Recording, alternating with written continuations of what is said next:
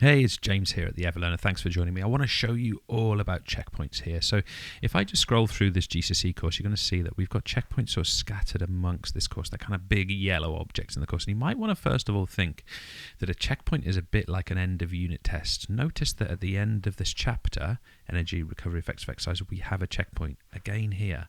Now in the bigger chapters where we have more content, we might have two checkpoints, but it's the same point I made before. We're talking about this as an end of unit test. Here in this really big chapter of health, fitness and training, we have kind of a mid-unit test and an end of unit test. So let's choose one. Let's go for this one. Okay?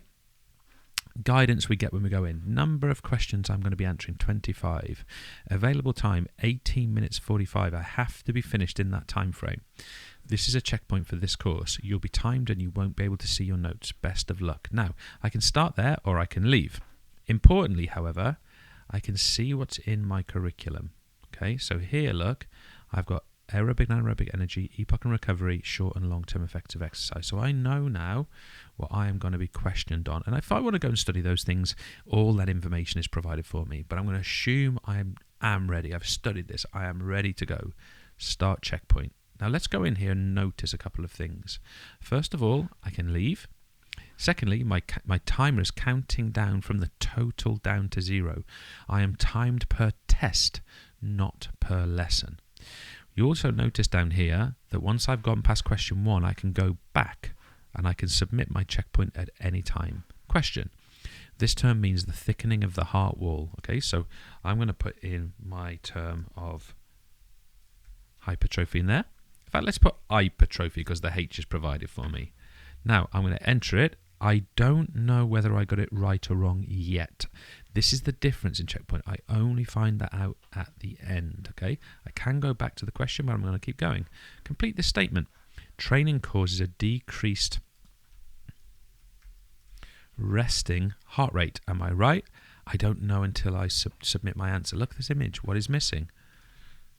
Aerobic. And so on and so on and so on, okay? So I can have a good go at this, and maybe I'm going to get some good answers, maybe I'm going to get some wrong, all right? So let's assume I'm just going to go through to the end of the test. Okay, you can see the kind of questions, lots of different questions. This one's like a match the items up kind of question.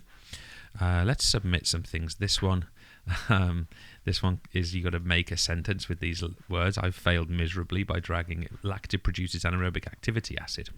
Could be, hey? But you get the idea. So we go through. I'm not going to answer these. I'm going to get through to my 25th question. Some of these questions are really challenging, by the way. Some of them are quite simple. You know, we can look at these really detailed illustrations in this checkpoint. It's a real good test for your students. We get through to the end of the checkpoint. Here we go, look.